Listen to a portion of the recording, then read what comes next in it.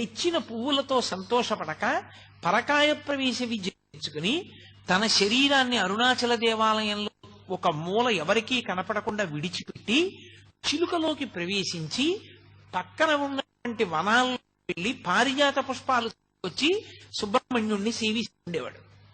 ఇది పెట్టాడు సంబంధం. తను శరీరాన్ని వదిలి చిలుక శరీరంలోకి వెడుతూ ఉంటాడు. నా ఆస్థాన పదవి ఇతని వల్లే పోయింది, ఇతనికి మళ్ళీ శరీరం లేకుండా చెయ్యాలని ఆ అరుణగిరినాథర్ శరీరాన్ని విడిచిపెట్టి చిలుక శరీరంలోకి ప్రవేశించగానే ఆ అరుణగిరినాథర్ యొక్క శరీరాన్ని కాల్చేశాడు. అయిపోయింది. ఆయనకి శరీరం లేదు. లేకపోవడం వల్ల చిలుక రూపంలోనే ఆ గోపురంలో కూర్చొని సుబ్రహ్మణ్యేశ్వర స్వామి వారి మీద ఇప్పటికీ పాటలు పాడతాడు. ఆయన చిలుక రూపంలో పాట పాడే గోపురం కాబట్టి ఆ గోపురానికి కిలిగోపురం అని పేరు. అందుకని కిలిగోపురం అని పిలుస్తారు దాన్ని. ఇప్పటికీ చిలుక బొమ్మ ఉంటుంది దాని మీద. కాబట్టి దానికి కారణం ఆ పాతాళలింగం కింద ఒక సిద్ధుడి సమాధి ఉంది. ఆ సిద్ధుడి సమాధి మీద శివలింగం పెట్టారు. శివలింగం పెడితే అధిష్టానం అంటారు, తులసికోట పెడితే బృందావనం అంటారు. రెండే, ఇక మూడవది పెట్టరు. కాబట్టి అక్కడ శివలింగం పెట్టారు అధిష్టానం. అది పాతాళలింగం. అది లోపలికి గుహలో ఉంటుంది కాబట్టి పాతాళలింగం అంటారు. పైన మంటపం ఉంటుంది.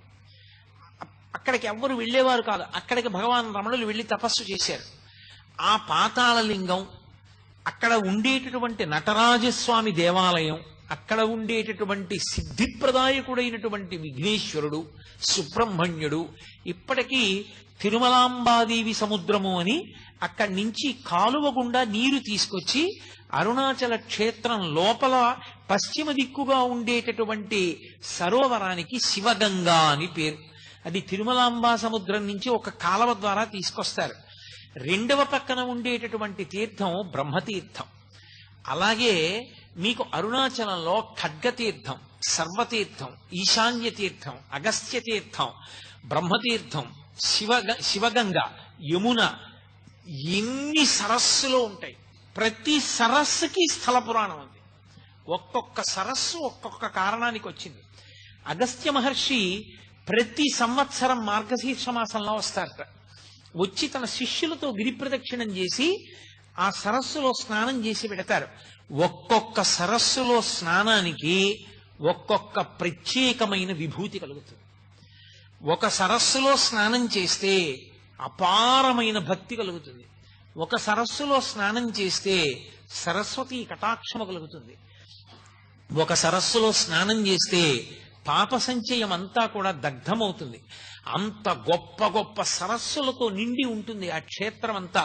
స్వయంగా చతుర్ముఖ బ్రహ్మగారే అరుణాచల క్షేత్రంలో ఆరాధన చేసి స్నానం చేసేటటువంటి సరస్సు ఆ బ్రహ్మ సరస్సు అని పిలుస్తారు. అంత గొప్ప గొప్ప సరస్సులతో కూడుకుని స్థలవృక్షమైనటువంటి ఇప్ప చెట్టుతో ఉంటుంది. అరుణాచల క్షేత్రానికి వెళ్ళినటువంటి వాళ్ళు ఆ దేవాలయంలో పరమేశ్వరుడి పూజ చేసేటప్పుడు ఏ నామాలతో పూజ చెయ్యాలన్నది కూడా పరమశివుడు నిర్ణయం చేశాడు. అరుణాచల క్షేత్రంలో ఈ నామాలతోటే నాకు పూజ, ఇతర నామములు కూడా పలకవచ్చు, వాడవచ్చు, కానీ ఈ నామములే నా దగ్గర పలకాలి, దాని చేత నేను ఎక్కువ ప్రీతి చెందుతాను. అలాగే అరుణాచల క్షేత్రానికి వచ్చిన వాళ్ళు అరుణాచలంలో కూర్చుని చక్కగా సామూహికంగా భక్తులందరూ కూర్చుని ఒకరు చెప్తుంటే మిగిలిన వాళ్ళు చెప్తూ ఉండాలి ఆ నామాలు. ఆ నామాలన్నీ గౌతమ మహర్షికి చెప్పి గౌతమ మహర్షి చేత సంకలనం చేయించాడు పరమేశ్వరుడు. మీ యొక్క సౌకర్యం కోసం నేను ఆ నామాలు తీసుకొచ్చాను. ఒకసారి మీకు నేను చదివి వినిపిస్తాను. అందున కార్తీక సోమవారం ఇవాళ ఏకాదశి తిథితో ఉంది. పరమపావనమైనటువంటి తిథి కనుక ఒకసారి వినండి. ఆయనే చెప్పినటువంటి నామాలు. అరుణాచల క్షేత్రంలో ఈ నామాలు చెప్పాలి అని. శోణాద్రీశుడు, అరుణాద్రీశుడు, దేవాధీశుడు, జనప్రియుడు, ప్రపన్న రక్షకుడు, ధీరుడు, శివుడు, సేవకవర్ధకుడు, అక్షిపేయామృతేశానుడు, స్త్రీ పుంభావ ప్రదాయకుడు, భక్త విజ్ఞప్తి సంధాత, దీనబంధ విమోచకుడు, ముఖరాంగ్రిపతి, శ్రీమంతుడు, మృడు, మృగమదీశ్వరుడు, భక్త ప్రేక్షణకృత్, సాక్షి, భక్త దోష నివర్తకుడు, జ్ఞాన సంబంధనాథుడు, శ్రీహాలాహల సుందరుడు, అహమైశ్వర్యదాత, స్మత్య సర్వాఘనాశకుడు, వ్యత్యస్త నృత్య ధృజధృక్ సకాంతి, నటేశ్వరుడు, సామప్రియుడు, కలిధ్వంసి, వేదమూర్తి, నిరంజనుడు, జగన్నాథుడు, మహాదేవుడు, త్రినేత్రుడు, త్రిపురాంతకుడు, భక్తాపరాధ సోఢుడు, యోగీశుడు, భోగనాయకుడు, బాలమూర్తి, క్షమారూపి, ధర్మరక్షకుడు, వృషధ్వజుడు, హరుడు, గిరీశ్వరుడు, భర్గుడు, చంద్రశేఖరావతంసకుడు, స్మరాంతకుడు, అంధకరిపుడు, సిద్ధరాజు, దిగంబరుడు, ఆరామప్రియుడు, ఈశానుడు, భస్మ రుద్రాక్షలాంఛనుడు, శ్రీపతి, శంకరుడు, స్రష్ట, సర్వ విఘ్నేశ్వరుడు, అనఘుడు, గంగాధరుడు, క్రతుధ్వంసి, విమలుడు, నాగభూషణుడు, అరుణుడు, బహురూపుడు, విరూపాక్షుడు, అక్షరాకృతి, అనాది, అంతర్హితుడు, శివకాముడు, స్వయం ప్రభువు, సచ్చిదానందరూపుడు, సర్వాత్మ, జీవధారకుడు,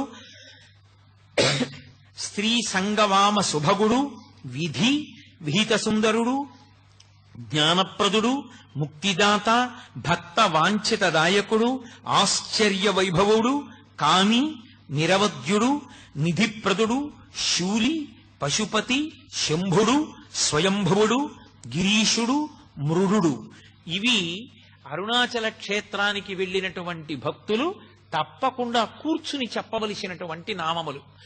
ఎవరు అరుణాచలం వచ్చి ఈ నామములు అరుణాచల క్షేత్రంలో పలుకుతారో, ఎవరు ఈ నామములతో శివలింగానికి పూజ చేసుకుంటారో అటువంటి వారందరికీ కూడా నా యొక్క అనుగ్రహం విశేషంగా కలుగుతుంది అన్నాడు.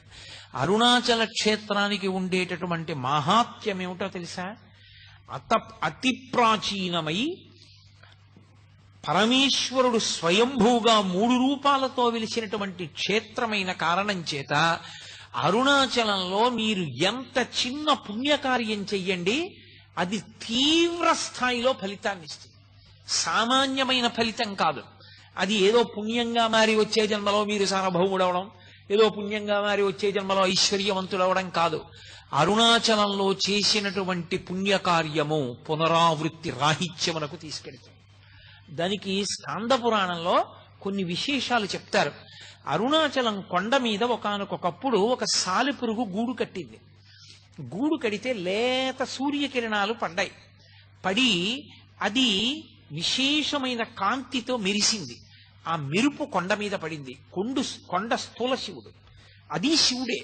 శివుడి శరీరం మీద కాంతి పడేటట్టుగా మెరుపులతో కూడినటువంటి బట్ట శివలింగానికి కట్టిన పుణ్యం ఇచ్చి సాలెపురుగుకి మోక్షం ఇచ్చాడు.